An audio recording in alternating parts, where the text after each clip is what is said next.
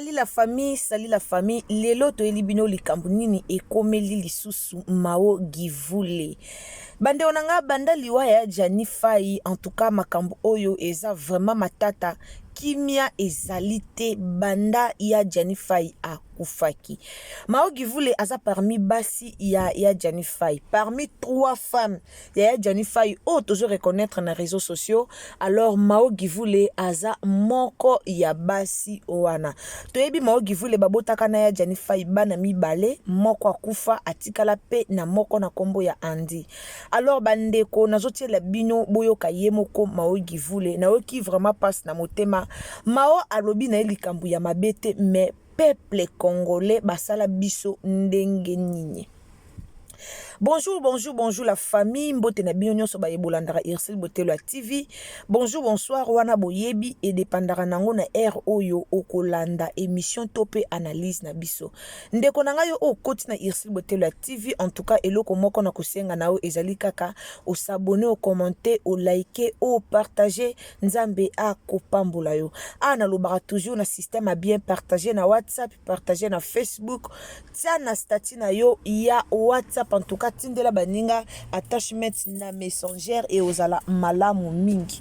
Toyoka likambu oyo ya Mao Givule ya Jani Fai banda akufaki ezaka kama makambo ezobima koto labrine koto Mao koto malabrine koto Mao jusque là moi si o ya Jani Fai abalaki na mbongo na kombo ya mama Sylvie nanu tomoni ete aleka na internet aluba nanu aleki na internet te po aya kuluba po ye babalaki ye na mbongo. Donc femme légitime oyo ya na biso Jani Fai topé papa na biso topé artiste mboka na biso Jani Fai abalaka na mbongo ezalaka bongo mama Sylvie. Alors tozo mona kaye na matanga ya Jani Fai aza pembe boy, tozo mona kaye wana babota pe mwana na ya Jani Fai, mais toyoki ye nanu te aleki alobi. Bande onanga tokotiela bino Mao Givule sans plus tarder nazotiela bino Mao Givule bolanda nanu explication ya Mao Givule après Irsil Botelo TV akoya lisusu ko expliquer bino eloko nini oyo ezoleka tope likambu nini oyo ekomeli Mao Givule après émission oyo ye asalaki. Est-ce que Mao Givule azalaki obligé ya kosala be émission tant que ya Jani Fai nana kitina mabelete? Est-ce que Mao Givule azalaki obligé ya koyamba ba cameraman tant que ya Jani Fai nanu corps na ye komi Congo te? Est-ce que Mao azalaki obligé kaka il faut aloba na internet tant que ya Jani nanu bakundi yete? Azalaki moko ya basi oyo ya Jani Fai. Alors ezalaki momate o Mao Givule kokaki koya na internet pour que a loba batu ba condamné kaka te po ya ki na internet a lobby, mais batu ba condamné par rapport ya makambo oyo Mao alobaki. Personnellement Irsil Botelo TV na moni yango mabete, mais na côté la bino to landa yango ensemble na bino.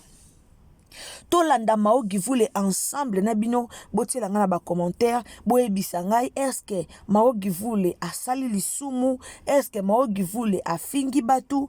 Est-ce que Mao Givule atuti ba bordure to te? Eloko mo peto bosana te Mao Givule aza na ye comédien. Alors malgré akufeli ya Jani Fai, mais aza comédienne. Tomoni ya Gabi tant que comédienne bazana matanga o ba comédien belé ba olekano na TVT mikolo pona koya kosala ba émission pona koya koloba, mais tozo mona ya Gabi aza donc aza vraiment tout moment na télé. Tozo mona ya Gabi a osala ba émission na ye, tozo mona ya Gabi poto message na ye bongo. Alors tozo mona ye azo ya koloba, tandis que moko kati na bango nanu bakundi ete moko kati na bango aza nanu ya kokufa o nanu batie na lilita te. Mais ya Gabi tozomona ye azo sala émission wana ezo créer problème te. Mao Givule e créer problème pourquoi? Parce que abota na ya Fai. Alors bande konanga totia ba j'aime na vidéo s'il vous plaît, tela nga j'aime, partager vidéo nzambe akopambola to landa Mao Givule. Voilà, c'est pas facile. Donc nazana obligation accompagner moi nanga bande onanga Mao na bande kona oyeba anze na famille na bangaza kwa 4 na famille moko ya mabete. Okay. Parce que oh le internet c'est ballon boyoka azana grande sœur Déborah ou aza deuxième ma famille, azana Jamili ou aza troisième ya famille, eza ye Andi non eza nani Lasconi Deborah Janeli ils ont la chance ville ya waza 4e et Andy a 5e la famille à Jan. OK. 6e Daniel au moins non ma Sylvie a boti à Jan. Baza même âge d'ailleurs na moi on a fait parce qu'il y a 15 ans le 9 mars de cette année à Mabele Dan na Emerdi Balandana. La différence je crois il y a quelques mois dans la botte à mois avant je crois 5 mois après dans les bottes. OK. Na sima Daniel Isa Victorienne na moko mususu o aza kuna moi sur la Victorienne comme on est battu. Mais déjà tant Daniel a botami na kisangani nga j'emballé ba boîte à lait na otipé ça Jani a otinde pas massif parce que moi on est là je savais que Jani a boîte ça massif moi ça balaki. OK. Ce qui n'a fait mon rancunier déjà non ça jalousie moi so babali ba honoré a boîte moi là datina moi là moi ça me concerne Jani ça le loko à moi nous mon important la vie n'était le quoi banane il faut na kota na sentiment na bolingwa mobali wana onga na lui pour en bénéficier mobali et c'était clair. Voilà. Mais nous là tout qui a tant beaucoup de matanga. Est-ce que vous avez été au solana maman Sylvie tout vous sur la vérité parce que non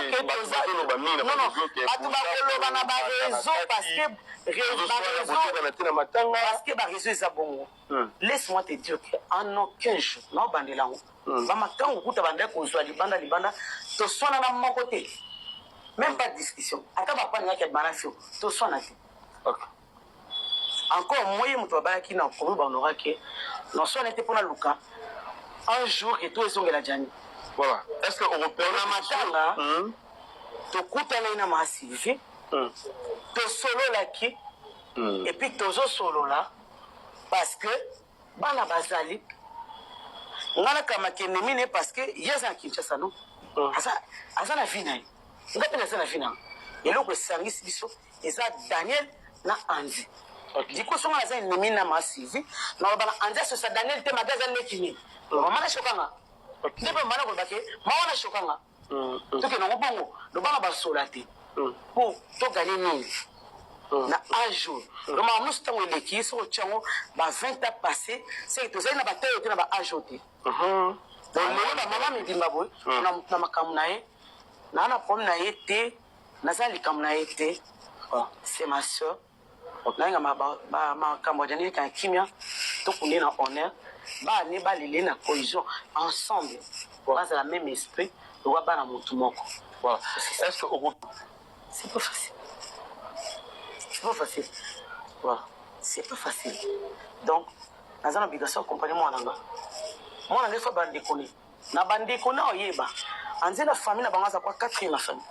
Bando nanga tolandi mao en tout cas pona ngai na moni moi mwasi oyo alobi avec sagesse. Lelo batu baoya bazo critiquer lelo batu bazoya bazo tonga mao to pe batu bazo critiquer mao mais pona nga na moni vraiment mao a analysé très bien à répondre avec sagesse nyonso ce qui est le lobby ke akanga mabinemi na mama Sylvie wana e bongo bana est-ce que bana bakoyokana po bana baba ndeko Maogi voulait a expliquer bien ce qui batu baye barate Jani Fay azalaki ndaku moko na ya Maogi voulait bazaka mwasta mobile ndaku moko aleye ake kobala mama Sylvie tia bala ezate ke o abala mama Sylvie liboso après aye kolinga mao non bazalaki na Maogi voulait ndaku moko ti ake kobala mama Sylvie. Alors basi ya papa Jani Fay o baza reconnu baza 3 Mao mama Sylvie na la brine basi o baza reconnu et ana ndeko moko aucholo balikambu moko eza très capital na landi ndeko wana na TikTok alobi likambu moko ya Jani Fay eza très capital na oyebisa bino likambu ngo soka alobi nini. Alors histoire ya Mao alobi yango très bien batu ba finga ye batu ba oloba na ye kena ma Sylvie ba oyokana te ba oela mowei batu ba oloba Mao nani Jani sali 16 ans na poto Mao na kisasa vivra vie na ye a vivra vie na ye Même maman ezali Sylvie oh ya bala na mbongo. Oh ya Jennifer ya bala ki na mbongo. Elle fait sa vie. Alors ça la vie na ye. Lelo eloko esangisi bango eza po ya Jennifer aza na bomoi te. Eloko esangisi bango eza matanga. Baye matanga okoto aye matanga okoto aye matanga. Alors bakutani na matanga elo nini o bango bandosela ki fier to elo ni o bango ba luka ya kowelela po muto asangisa bango muto alinga bango mibale ali suna bomoi te. C'est normal o aya kolela mobali nakala o pa ya kolela mobali nakala o aye kolela papa bana na ye oyo pe aye kolela papa bana na ye. Problème eza wapi? Est-ce que yango ezaka il faut baswana? Est-ce que yango ezaka il faut babunda? Est-ce que yango ezaka il faut bino boyaka koloba ke babundi kwa swani na matanga kutu famille ya fai bazolinga mingi Sylvie ke Mao ata Mao baboye na famille ya Jennifer. Mais oh c'est important eza que Mao abotana ya fai. Quand même famille ya fai tant que ba reconnaître moi na ya Mao, ba reconnaître pe que Mao a existraka. Tant que famille a failli, bazo reconnaître que ya failli a bota ki mwana moko boye na Mao, c'est que Mao pe bazo reconnaître ye. Alors na respect ezalaka bongo. Na respect moi sou babali na mbongo. Ah, mais c'est normal baleka na TV baloba. Moi si o biso to yebi ezayi po babala ki na mbongo. Babala ki na civil, babala ki na coutumier, babala ki na religieux. C'est normal baleka baloba ke moi si o biso to yebi ezayi. Mais lingi koloba te ke baboyi Mao. Mao ba yebi mais ya faille abala ki était relation ezalaki officialité. A officialiser ki relation ya ye na Mao te. Mais bana mwana o déjà koli déjà ya mukolo. Ya fa sali 16 ans na poto atika mwana ya Mao na 3 ans. Alors bo calculer mwana na komi dana ajini. Famille wana bakoboya mwana wana te. To bakoyeba Mao te. Ke oto yebi Mao te non. Ba pesi o wana valeur ba pesi respect ba respecter ye pour ba bala ki e pa ya Jennifer. Eza normal. Lelo batebele balobi oh non Mao vertige de salier pour famille ya faille bazo reconnaître ete yango bomoni Mao leki na internet pour kaya koloba. Après émission o Mao salaki ba mambeloba mi ebele bele batu balobi ebele que Mao a reconnu te famille ya Janye bengani Mao famille ya Janye lobi boye yango wana non. Famille ko loba te. Tope famille ko bengana te. Ba bengana ka mutu na matanga te. Au moins kaza la mutu abomi mowe nde to moni biso nyonso nde ba bengani la brine na matanga. To moni la brine ba bengani ata la corps ya Jennifer to moni na ba vidéo. Wana biso to moni ngo na ba vidéo. Alors Mao qui voulait bakoki jamais ko bengana tope ko pekisa ye. To mona ki dès les premiers jours o ya Jennifer ya kufaka to mona ka Mao qui voulait ayaka kitaka ye moko sur le terrain tina ndaku ya ba fai. Akitaka muto bako bengana ezaka la brine. La brine okita Congo te. La brine kutu banda na poto apamba o atali baboyi. Tomoni ba video circuler tu osenga ba pardon conscience e kozonga e. Wana tomoni ale bongo so ake Congo. Toti ko luba mabepo na Mao. A mwasio yo asalaki parcours na fai. A mwasio yo ba vivra ka na fai ensemble. Ya fai nyoko mina bampia kazaki na Mao. Ba nyoko na Mao.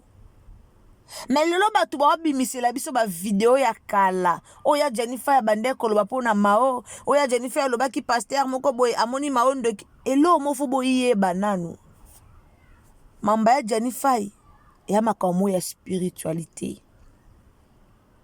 soki pe to vandi pe to si ba conscience to zongisi toloba penza ke oui eza spiritualité mobali moko te mwasi akonyo kolae jusqu'à ce que akufa na ba souci azanga un mot ya koloba bo comprendre que makambo ya fai ekota kindoki na kati la brine azaki ka arme au diable a utilisé ki po ya ko silisa ya Jennifer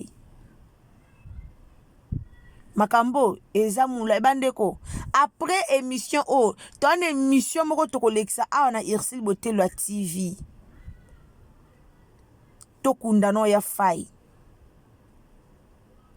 émission moko eleka awa na Irsil Botelo TV ba audio eza o ebimi liwa ya fai e famille e boye makambo ebele makambo eza ebele ba vérité eza ebele o ya jadi fa ya lalisi mutu na se ba vérité eza ebele bando na biso mibali bando na biso basi tant tokenda ba poto il faut zara na ba vie de prière il faut zara na ba vie quel que soit likambo ekomelo ndeni nizalaka na ba vie de prière.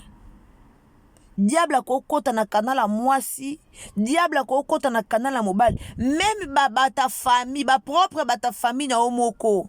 Ba koki ko utiliser mwasi, batindelo mwasi mobo ya butu. Ba koki ko utiliser mobile, batindelo ya kotindela po ya ko déstabiliser, po ya ko memoti na suka. Mambo ane ezali. Mambo ana vraiment ezali. Tona ba audio, tona ba mambebele. Oto bimisa. To bimisango to lela no ya fai to kunda no ya fai me botika kwa kize mao botika ko bimisa ba mambebele pona mao mawana douleur to tela bino ba voix ya mao awa premier jour o ya fai ya kufaki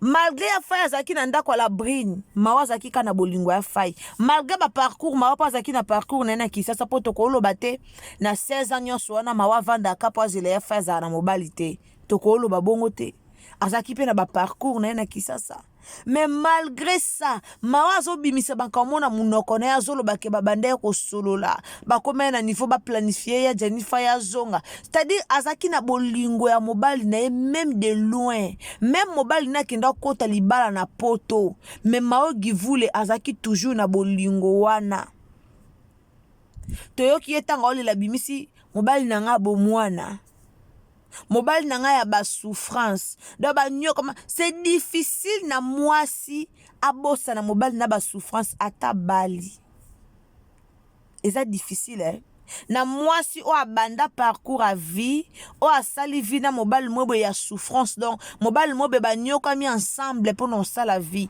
lelo ata libala ekuti moi mwasi on azuli libala mbongo azuli libala bien accueilli c'est difficile moi na mwasi wana abosa na parcours ya mobile o souffrance et surtout so basala ki parcours mo ezaki dur et surtout so basala ki parcours moko o ezala ki vraiment gravé eza difficile pour na mwasi ko bosana mao givule na ya Jennifer babanda kusolola ba planifier ki retour ya Jani mawa contacta ki batuna ye pour que basunga ya Jani azonga toyoka kina munoko mao lubiki ba c'était prévu ya Jani azonga na année o kaka na ba septembre ya Jani linga azonga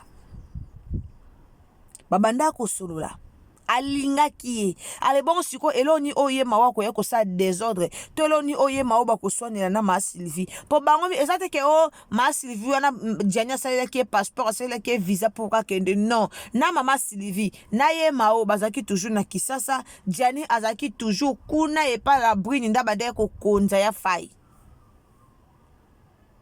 la brine azaki kuna na ya faya bande ko konzi ya faya siko eloko nini oyo o toko ya kufingila maogi vule po aleki na émission a expliquer likambo eza clair Congolais tozaka na sens ya kibomoto Congolais tozaka na sens ya compréhension s'il vous plaît les Congolais tozalaka na sens ya compréhension toyebaka ndenge ya ko comprendre likambo eza malamu mingi tozala vraiment na compréhension Congolais ala compréhensive oyoki likambo moko boye obandeli yango ata 4 fois pour ko comprendre bien et non oya kotambala moko ba commentaire ezanga tina koya kofinga mao asali eloko te mais leloko kamwa tomoni baye kofinga ye na internet po alobi makambo o eza na nzela apesi exemple na ye kitoko so lingi mobali soki olingi mobali luka azala bien eloko yo linga salango eza nde mawa bande ko salango mawa remaka ki point faible ya Jani eza bana yango bomoni bande même kotinda ba miliki ekende pa ma Sylvie pona mwana ma Sylvie abota kikuna en tout cas mawa courage ezala ka bongo za comédien yo moko yebi parcours na bino ndenge ezala toujours des problèmes alors courage na bandeli mes condoléances na famille mobimba na famille artistique pe na famille mobimba ya Janifai famille biologique famille artistique mes condoléances na bino ndeko yo okoti na Irsil Botelo TV en tout cas ko hésiter te ya ko s'abonner na komi nanga na suka ya analyse nanga na yakika kolobela likambo ya maopuke totika ye azala mpe kimia alela ya Janifai na ye na kimia nyoso matanga ya Janifai to pe corps ya Janifai ezokoma lelo na Kisasa tokoyela bino ba image nyonso ndenge yango ekoleka merci na bato bolingaka biso bisous bye